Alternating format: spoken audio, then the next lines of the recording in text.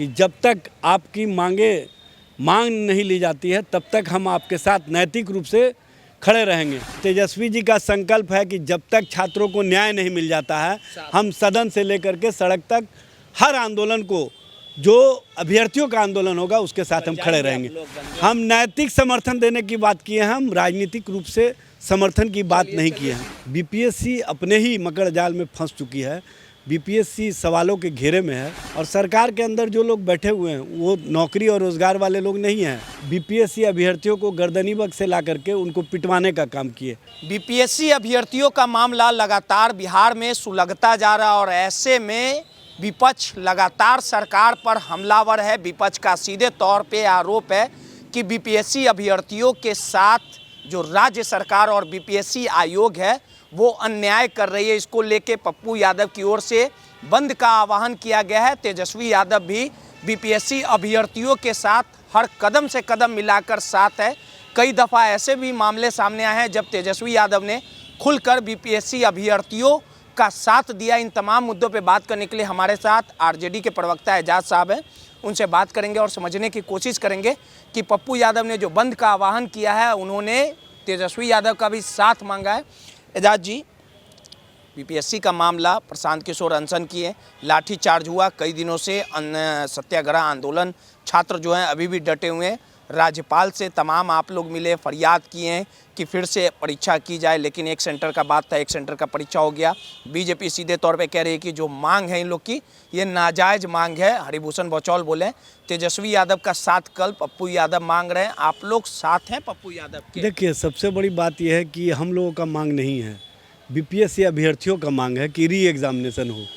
और जो गड़बड़ियाँ हुई है उसको बीपीएससी ने भी माना है कि बापू सेंटर पर गड़बड़ी हुई। जब आप गड़बड़ी मान रहे हैं तो आपने री एग्ज़ामिनेशन के नाम पर नॉर्मलाइजेशन क्यों लागू किया? एक ही परीक्षा में दो तरह का क्वेश्चन और दो तरह का प्रश्नावली, ये कहीं ना कहीं संदिग्ध भूमिका में बीपीएससी को खड़ा कर दिया है।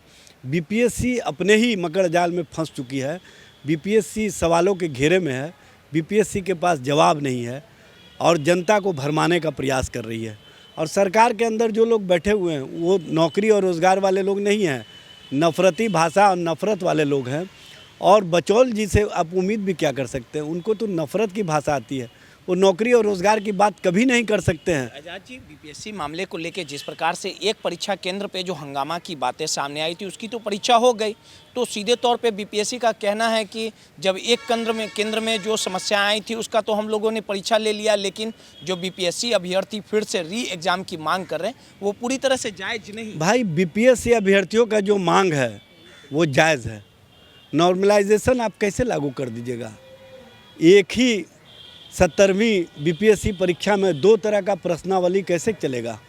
दो तरह का क्वेश्चन ला करके आपने किस तरह की कवायद कर दी, किस तरह का आपने लोगों के बीच प्रश्न खड़ा कर दिया है, ये स्पष्ट रूप से दिखता है, ये बताने की आवश्यकता नहीं। लगता है कि इस पूरे मामले को लेकर जिस प्रकार से प्रशांत किशोर ने, पीके ने जो मुद्दे को उठाया उनका कद बढ़ा है? देखिए, हम लोग इस पर राजनीति नहीं करते हैं और जो लोग राजनीति छात्र और परीक्षा के नाम पर कर रहे हैं उनका पोल खुल चुका है और वो रणनीतिकार अस्पताल में भर्ती भाई अस्पताल में भर्ती हमको भी पता है और वो क्या कर रहे हैं ये भी पता है। भाई, वो भूखे हैं कि नहीं हैं इसको कौन जांचने जा रहा है और कौन देखने जा रहा है? आखिर क्या कारण है कि आप बीपीएससी अभ्यर्थियों को गर्दनीबग से ला करके उनको पिटवाने का काम किए? और सरकार के स्तर से जब भारतीय जनता पार्टी के प्रदेश अध्यक्ष ने स्वीकार कर लिया कि प्रशांत किशोर हमारे बी टीम है, तो अब कहने की आवश्यकता है क्या? ये कहीं ना कहीं जो अभ्यर्थी के आंदोलन थे उसको कमज़ोर करने की साजिश में कारक के तौर पर इस्तेमाल किया गया प्रशांत किशोर को। जी, जिस प्रकार से कई ऐसे मामले हुए हैं जो जनता का मुद्दा हो, जनता का हक हो, छात्रों की आवाज़ हो या बिहार की जनता की जो जायज़ हक रही है, अगर इस तरह का मामला कभी भी हुआ तो आरजेडी ने समर्थन किया, खुल के सामने आया है। आरजेडी का कहना है, तेजस्वी यादव का कहना है कि जो जायज़ रहेगा हम उसके कदम से कदम मिला के चलेंगे। तो कल पप्पू यादव साथ मांग रहे हैं तेजस्वी यादव का, ये भी छात्रों की मांग है। आप लोगों ने भी समर्थन किया है कि छात्र जो बोल रहे हैं वो सच बोल रहे हैं, तो आप लोग साथ हैं? देखिए, सबसे बड़ी बात यह है कि तेजस्वी जी जब छात्रों ने उनको आह्वान किया तो वो कटिहार से चल करके पटना आए, रात में ही आकर के परीक्षार्थियों से, अभ्यर्थियों से मिलने का काम किए और उनको कहा स्पष्ट रूप से कि जब तक आपकी मांग नहीं ली जाती है तब तक हम आपके साथ नैतिक रूप से खड़े रहेंगे। हम राजनीतिक रूप से किसी राजनीतिक भूमिका में नहीं आना चाहते हैं। हम इस मामले में राजनीति नहीं चाहते हैं। हम चाहते हैं कि जो अभ्यर्थी हैं, जो उनकी जायज़ मांगे हैं, उसको सरकार मान ले। भाई राजनीति का ये समय नहीं है। यहाँ पर कोई व्यक्ति का मामला नहीं है। यहाँ पर अभ्यर्थियों का मामला है। अभ्यर्थियों की आवाज़ अगर तेजस्वी भाई तो सही है। तेजस्वी जी का संकल्प है कि जब तक छात्रों को न्याय नहीं मिल जाता है, हम सदन से लेकर के सड़क तक हर आंदोलन को, जो अभ्यर्थियों का आंदोलन होगा, उसके साथ हम खड़े रहेंगे। भाई अभ्यर्थियों के साथ हम खड़े रहेंगे।